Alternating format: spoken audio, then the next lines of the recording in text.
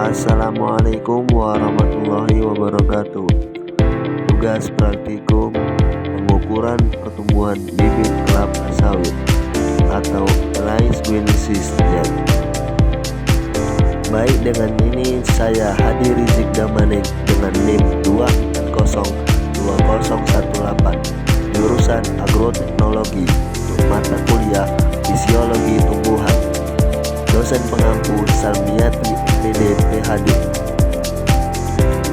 Baik, untuk latar belakang, pembibitan kelapa sawit merupakan tahap awal yang sangat menentukan keberhasilan produk pada fase tanaman dewasa. Bibit yang memiliki pertumbuhan seragam, jor tinggi, serta morfologi yang optimal akan menghasilkan tanaman dengan produktivitas tinggi di lapangan. Oleh karena itu, proses pengukuran bibit secara teratur menjadi langkah penting untuk memastikan bahwa setiap bibit memenuhi standar mutu sebelum dipindahkan ke lapangan. Pengukuran ini meliputi tinggi tanaman, jumlah daun, diameter batang, serta kondisi sistem perakaran.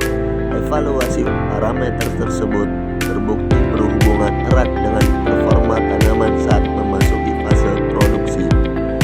FAO tahun 2021. Baik, dari GAPI 2022 menjelaskan dalam praktik pembibitan modern, pengukuran bibit tidak hanya bertujuan untuk menyeleksi bibit unggul, tapi juga digunakan sebagai indikator keberhasilan manajemen pemeliharaan di pembibitan.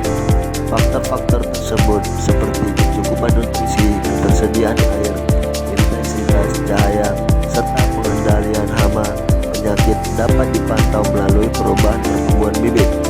Jika suatu bibit menunjukkan pertumbuhan terhambat, hal ini dapat mengindikasikan adanya gangguan pada lingkungan pembibitan atau perlakuan teknis yang kurang optimal. Monitoring ini membuat pengelola pembibitan mampu mengambil tindakan korektif secara cepat dan belajar. Baik, untuk tujuan praktikum yang dilaksanakan adalah salah satunya mengukur parameter pertumbuhan bibit kelapa sawit secara akurat, kemudian menganalisis perkembangan morfologi dan fisiologi sebagai indikator kualitas bibit, kemudian melatih mahasiswa dalam penggunaan alat ukur tinggi diameter dan luas daun, dan untuk terakhir tujuannya yaitu menghasilkan data pertumbuhan untuk evaluasi mutu bibit di pre-nur seri atau minor seri. Alat dan bahan yang dapat kita gunakan yaitu alat seperti mistar atau penggaris yang panjangnya 30-50 cm, jangka sorong atau kaliper digital atau manual, timbangan digital atau ketinggian 0,01 gram, label tanaman, buku pencatatan atau worksheet, alat hitung atau kalkulator. Untuk bahan yang kita gunakan yaitu bibit kelapa sawit umur 1-12 bulan.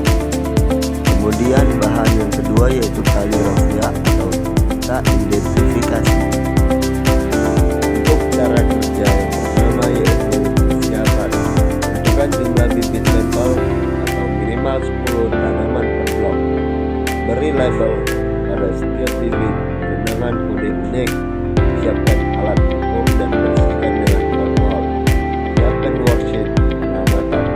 Untuk cara pengukuran yaitu pertama mengukur tinggi bibit, letakkan misal dari permukaan hingga tanah. Kemudian tegakkan misal belajar batang. Catat tinggi hingga titik temu pada saat kegiatan pengulangan ambil nilai rata-rata. Yang kedua yaitu menghitung jumlah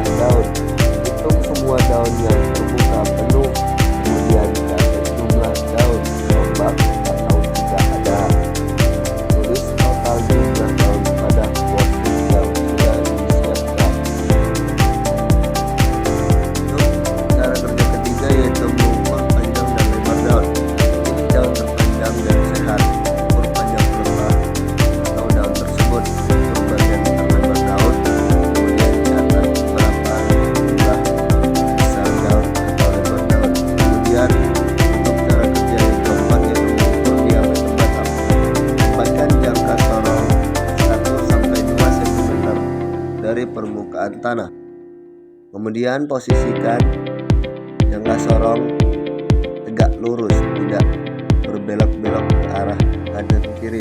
Kemudian catat angka dengan ketelitian 0,01 cm.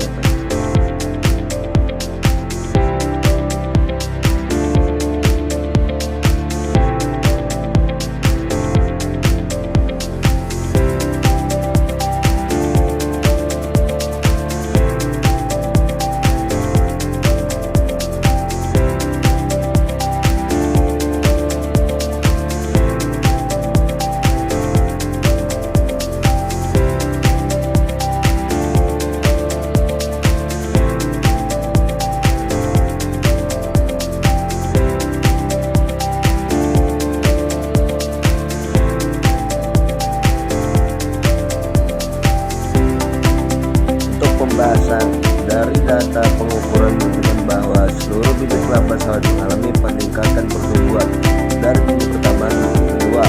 Parameter tinggi tanaman, jumlah daun, panjang daun, lebar daun, dan diameter bahan daun menunjukkan tren peningkatan yang konsisten. Untuk bibit C menunjukkan bibit dengan performa terbaik pada semua pengukuran.